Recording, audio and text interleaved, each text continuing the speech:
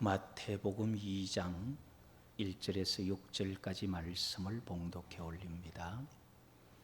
헤로드 왕 때에 예수께서 유대 베들레헴에서 나시매 동방으로부터 박사들이 예루살렘에 이르러 말하되 유대인의 왕으로 나시니가 어디 계시냐? 우리가 동방에서 그의 별을 보고 그에게 경배하려 왔노라 하니 헤롯 왕과 온 예루살렘이 듣고 소동한지라. 왕이 모든 대제사장과 백성의 서기관들을 모아 그리스도가 어디서 나겠느냐 물으니 이르되 유대 베들레헴이 오니 이는 선지자로 이렇게 기록된 바 또 유대 땅 베들레헴아 너는 유대 고을 중에 가장 작지 아니하도다. 네게서 한 다스리는 자가 나와서 내 백성 이스라엘의 목자가 되리라 하였음이니이다. 아멘. 마태복음 2장 1절에서 6절 말씀을 가지고 왕으로 오신 예수, 그런 주제로 말씀을 살펴보려고 합니다. 세상의 성자들이나 아니면 학자들이 좋은 말들은 들으면 지식으로 남고 지성인이 됩니다. 그러나 하나님의 말씀, 예수님께서 우리에게 일러주신 말씀을 묵상하고 믿음으로 받으면 2000년 전에 또는 3000년 전에 말씀하셨던 그 하나님이, 그 예수님이 우리에게 찾아오신다는 거예요. 성자들이 아무리 좋은 말을 해도 그거는 교훈으로 남습니다. 그러나 예수님의 말씀이나 하나님 하신 말씀은 묵상하면서 말씀을 즐거워하며 가까이 할 때에 말씀하신 주님이 찾아오신다는 거예요. 그게 사람들의 말과 다른 하나님의 말씀이에요. 그래서 오늘 이 하나님의 말씀, 왕으로 오신 예수, 이 말씀을 우리가 살피면서 믿음으로 받을 때에 2000년 전의 말씀이지만 오늘 우리 생애 속에, 우리의 삶 속에 찾아오시는 그런 은혜가 있기를 축복합니다. 예수님은 일반적인 사람들의 출생과 달리 예수님의 출생에 있어서 징조들이 많이 있었고 전하는 말들이 있었어요. 누가복음 2장 4절에서 14절에 천사들이 전하는 내용이 있습니다. 요셉이 갈릴리 나사렛 동네에서 호적하기 위해서 베들레헴으로 아내 약혼한 마리아를 데리고 갔습니다. 거기에서 이제 아들을 낳아 구유에 누였는데 천사들이 목자에게 나타나서 전하는 말이 온 백성에게 미칠 큰 기쁨의 좋은 소식이 너희에게 있다. 다윗의 동네 베들레헴에 너희를 위하여 구원자가 났다. 소테르, 그래서 구주가 났다. 그렇게 말합니다. 천사의 전하는 정갈에 의해서 보면은 오신 그분은 구원할 자로 오셨다는 거예요. 하늘의 징조가 또 있었는데요. 마태복음 2장 1절에서 2절 오늘 읽었던 본문에서 보면은 헤롯 왕 때에 예수께서 유대 베들레헴에서 나심에 동방으로부터 박사들이 예루살렘에 이르러 말하되 유대인의 왕으로 나시니가 어디 계시냐? 우리가 동방에서 그의 별을 보고 그에게 경배하러 왔노라. 예수님 탄생할 당시에 유대의 땅을 다스리는 사람은 헤롯 왕, 그 로마의 분봉왕 헤롯이 유대를 다스렸습니다. 우리가 성경을 보면은 종말의 징조들도 하나님께서는 하늘의 별들을 통해서 징조를 보입니다. 예수님 탄생 때도 하늘의 별을 통해서 유대인의 왕이 났음을 보고 동방 박사들이 와서 헤롯 왕에게 유대인의 왕이 어디 있느냐? 천사의 정갈에서는 구원자가 나타났다 그랬고, 하늘의 징조에서는 유대인의 왕이 났다 그랬습니다. 마태복음 2장 4절 이하에 보면은 헤롯이 이 이야기를, 동방박사의 말을 듣고 어떻게 하느냐 하면은 2장 4절에 왕이 모든 대제사장과 백성의 서기관들을 모아 그리스도가 어디서 나겠느냐 물으니 이르되 유대 땅 베들레헴이 오니, 이는 선지자로 이렇게 기록된 바, 또 유대 땅 베들레헴아 너는 유대 고을 중에 가장 작지 아니하도다. 내게서 한 다스리는 자가 나와서 내 백성 이스라엘의 목자가 되리라 하였음이니이다. 유대인의 왕이 어디서 나느냐 하는 그것을 이제 성경에서 서기관들이 찾아보니까 유대 땅 베들레헴아 네게서 한 다스리는 자가 나와서 내 백성 이스라엘의 목자가 되리라. 성경의 기록으로 의해서 볼 때에 예수님의 이 땅의 탄생은 일반인들과 같은 한 인생의 출생이 아니라 왕으로 오신 분이다. 그렇게 성경이 기록하고 있는 것입니다. 그런데 예수님은 왕으로 오셔서 왕이기 때문에 죽으셨어요. 왕으로 오셨고 왕이기 때문에 죽었다고 성경이 기록하고 있습니다. 예수님 출생 때는 헤롯이 유대를 다스렸지만 예수님 돌아가실 때쯤에는 로마의 총독이 유대 땅을 다스렸습니다. 로마의 총독으로서 전문적인 지식을 가진 이 빌라도가 자기가 할 수 있는 모든 수사를 다 해서 예수 그리스도를 죄목을 정하는데, 그 죄목이 뭐냐면 유대인의 왕 예수, 그렇게 적었어요. 예수님이 십자가에 처형당하는 이유는 유대인의 왕이기 때문에 죽는다, 그 말이에요.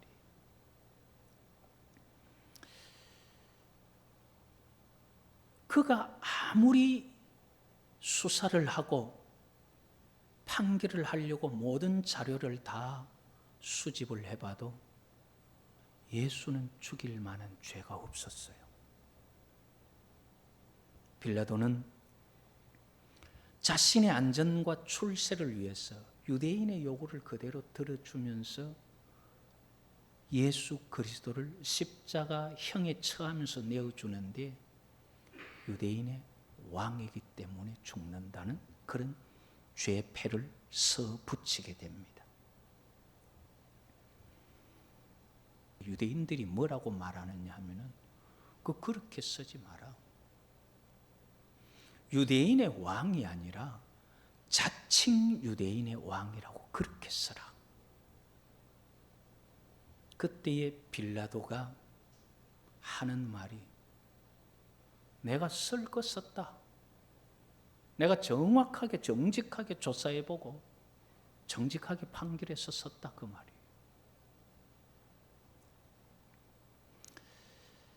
마태복음 21장 1절에서 11절에 보면은 왕으로 오셔서 왕으로 죽기 전에 왕으로 등극하신 때가 있어요. 예루살렘 가까이 감람산에 이르렀을 때에 두 제자를 보내면서 건너편 마을에 가서 나귀와 그 옆에 함께 나귀 새끼가 있는 것을 볼 터인데 그 나귀를 풀어서 와라. 그래서 제자가 나귀를 풀어서 올 때 나귀 새끼를 탑니다.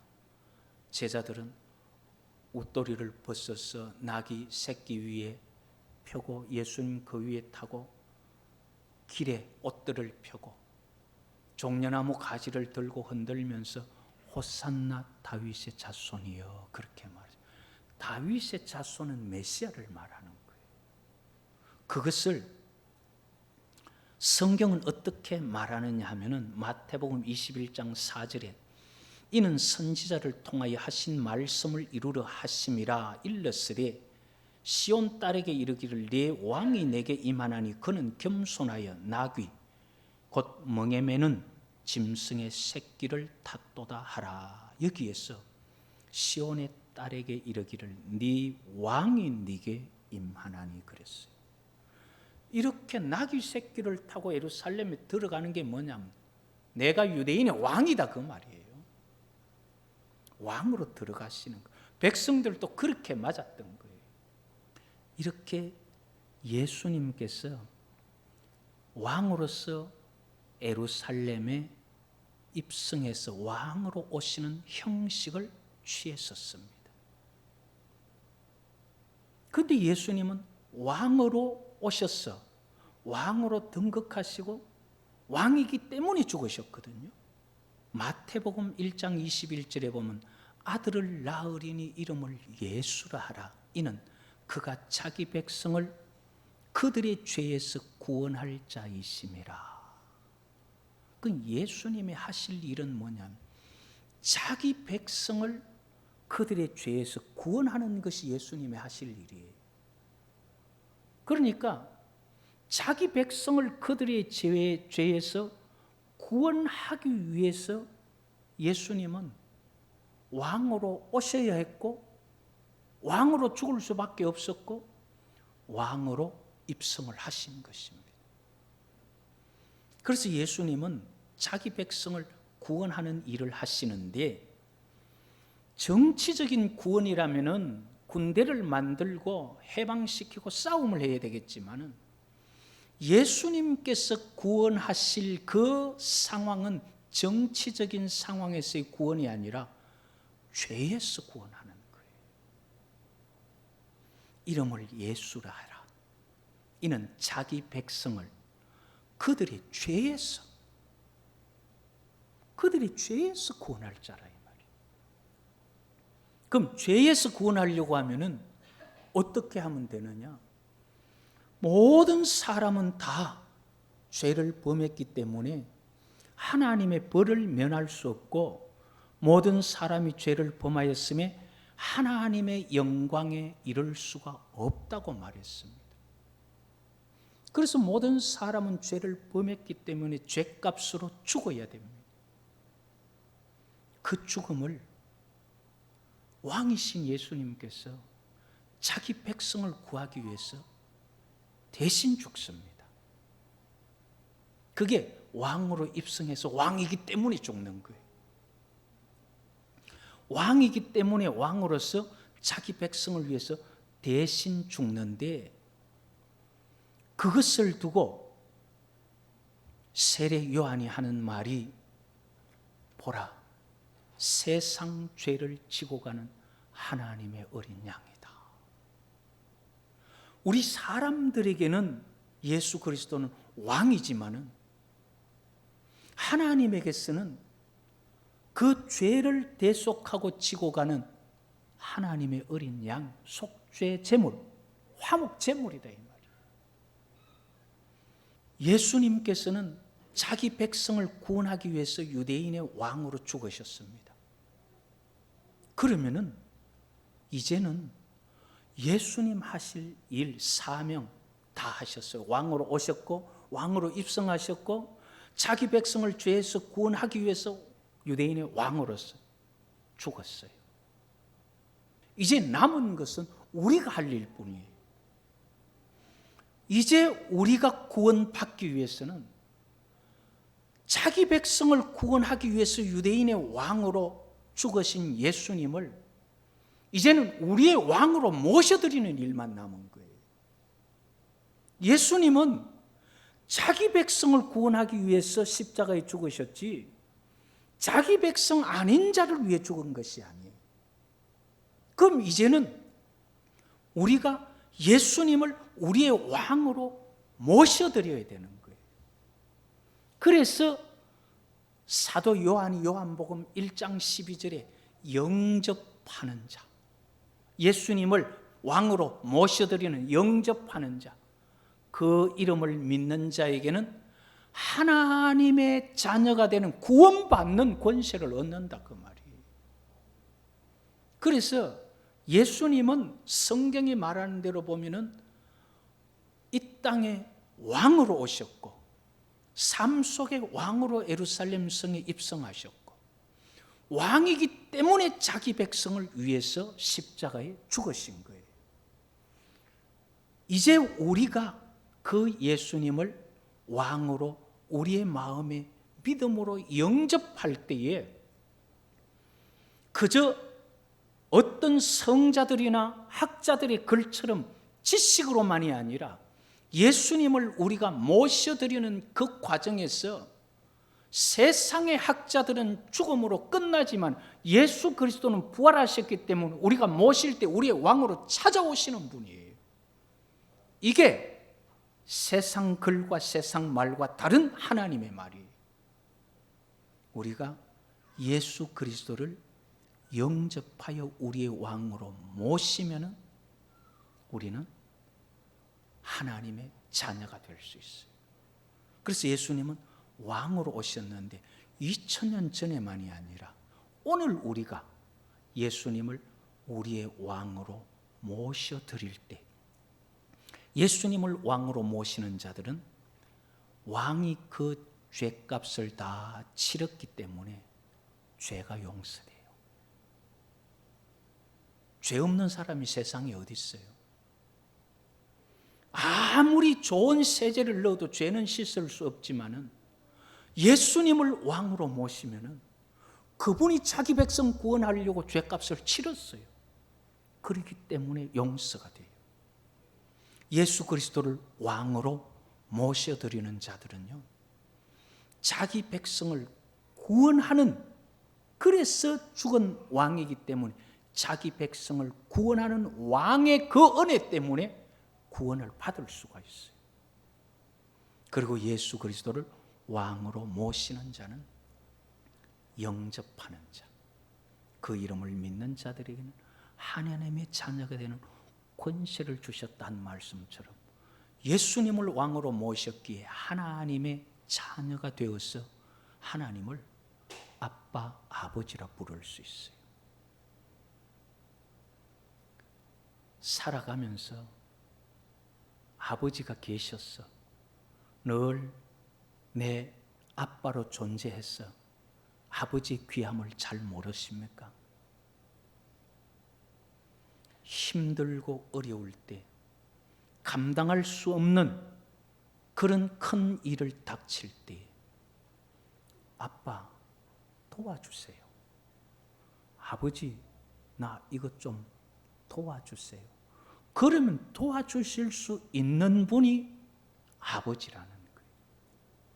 세상에 많은 하나님을 모르는 사람들은 어려움과 절망에 처하면은 그걸 두고 고민하다가 감당할 수 없어서 자기의 목숨을 끊을 수밖에 없는 그런 형편에 처하지만 여호와를 아버지라, 아빠라 부를 수 있는 사람들은 어려운 일 당했을 때 그저 우리가 습관적으로는 형식적으로 하나님 아버지 그런 게 아니라 정말 피할 곳 없고 갈 곳 없는 어려움에서 진심으로 아빠, 아버지 이거 도와주십시오.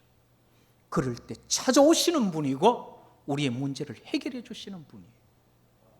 그분이 여호와 우리 아버지. 어떻게 그분의 도우심과 우리 아버지 되심을 얻을 수 있느냐? 예수님을 왕으로 모셔야 돼요.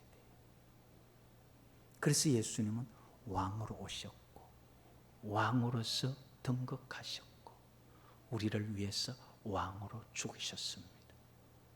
이제 남은 것은 우리가 할 일입니다.